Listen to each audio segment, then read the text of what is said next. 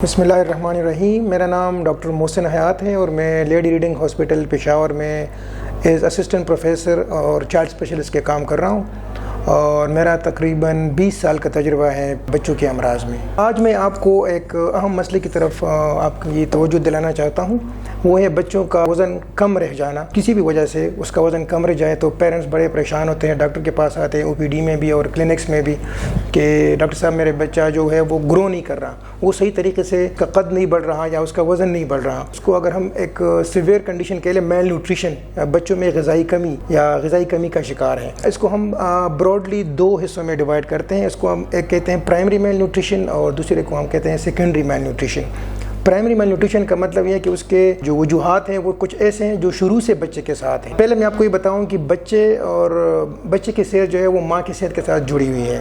اگر ماں صحت مند ہے تو بچہ بھی صحت مند ہوگا۔ تو اگر ماں کو کوئی مسئلہ ہے تو ڈیورنگ پریگنینسی اگر ماں میں خون کی کمی ہے یا کوئی بلڈ پریشر کا مسئلہ ہے، شوگر کا مسئلہ ہے، یا ماں کو کوئی انفیکشن ہو گیا ہے، تو ڈیفینیٹلی بچہ جو ہے اس کا پیدائشی وزن کم ہوگا اور پھر اس کی بڑھوتری بھی ویسے ہی کم رہے گی۔ تو ہم شروع سے سٹارٹ کرتے ہیں سب سے پہلے ماں کا دودھ، ٹھیک ہے، بریسٹ فیڈنگ۔ تو جن بچوں کو ماں کا دودھ ملا ہوتا ہے وہ ڈیفینیٹلی صحیح طریقے سے گرو کرتے ہیں، ان کا وزن بھی ٹھیک ہوتا ہے۔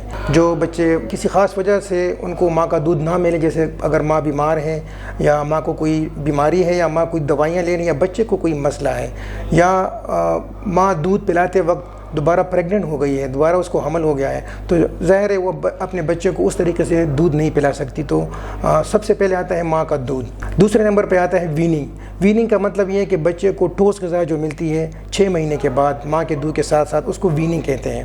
اگر کسی وجہ سے بچے کو ٹھوس غذا نہ ملے، ہم نے زیادہ تر دیکھا ہے کہ ماؤں میں یا پیرنٹس میں اویئرنیس بھی نہیں ہے کہ وہ بچے کو ٹھوس غذا، کون سی ٹھوس غذا شروع کریں گے، کس عمر سے شروع کریں گے۔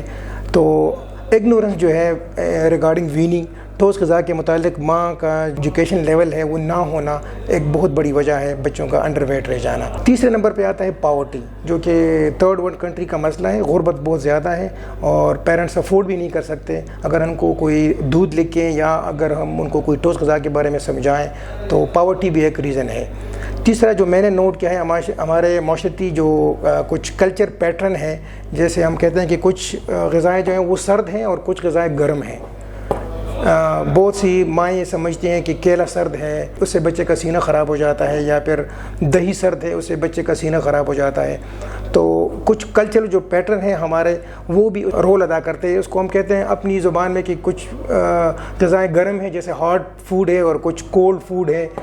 تو سائنٹیفکلی ایسی کوئی بات نہیں ہے۔ آپ اپنے بچے کو ٹھوس غذا ڈاکٹر کے مشورے کے مطابق اپنی صحیح عمر سے شروع کریں۔ تیسری جو اہم وجہ ہے وہ ہے امیونائزیشن، حفاظتی ٹیکوں کا نہ ہونا۔ جن بچوں کو حفاظتی ٹیکے نہ ملے تو ڈیفینیٹلی وہ زیادہ بیمار ہوتے ہیں، ان کو بار بار انفیکشن ہو جاتے ہیں۔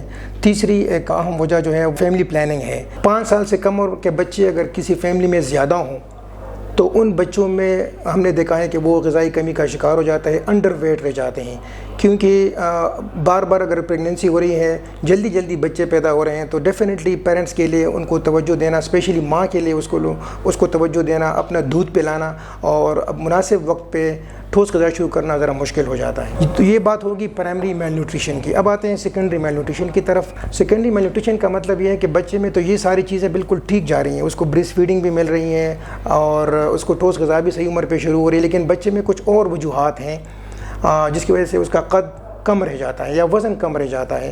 جیسے اس بچے کو بار بار انفیکشن ہونا، اس میں ہم سب سے پہلے آتے ہیں ARI، سینے کا انفیکشن بار بار ہونا، پیشاب کی نالی میں انفیکشن بار بار ہونا، گیسٹرو-انٹرائٹس یا عقید دست کی بیماری بار بار ہونا۔ اس کی وجہ سے بچے کی خوراک بھی متاثر ہوتی ہے اور اس کا وزن اور قد بھی متاثر ہوتا ہے۔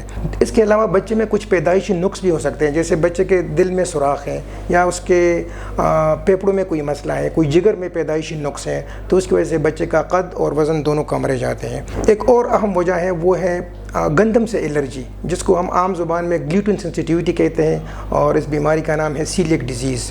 یعنی وہ بچے جب گندم یا گندم سے بنی ہوئی چیزیں کھاتے ہیں تو ان کو دست شروع ہو جاتے ہیں، اور پھر وہ دست کسی بھی اینٹی بایوٹک سے کسی دوائی سے کنٹرول نہیں ہوتے۔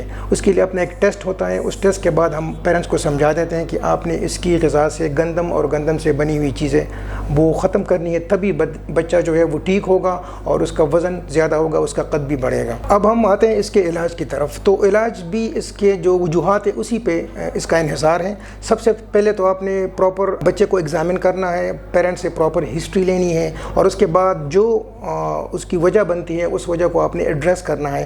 جب تک وہ وجہ دور نہیں ہوگی اس وقت تک بچہ جو ہے وزن صحیح طریقے سے اس کا بڑھے گا نہیں۔ اس میں کچھ فیمیلیل پیٹرن بھی ہو سکتے ہیں، جیسے اگر فیملی میں ہے، اس کے خاندانی اس کا قد کم ہے یا وزن کم ہے، تو اس میں تو کچھ ٹیسٹ کر کے ہم پیرنٹس کو کاؤنسل کر دیتے ہیں کہ آپ اس کی غذا کا خیال رکھیں، اور یہ اب جو آپ لوگوں کی فیملی کا پیٹرن ہے اسی طریقے سے یہ بڑھے گا۔ لیکن کچھ وجوہات کو ہم ایڈریس کر سکتے ہیں، جس میں سب سے اہم وجہ جو ہے اس کی نیوٹریشن ہے۔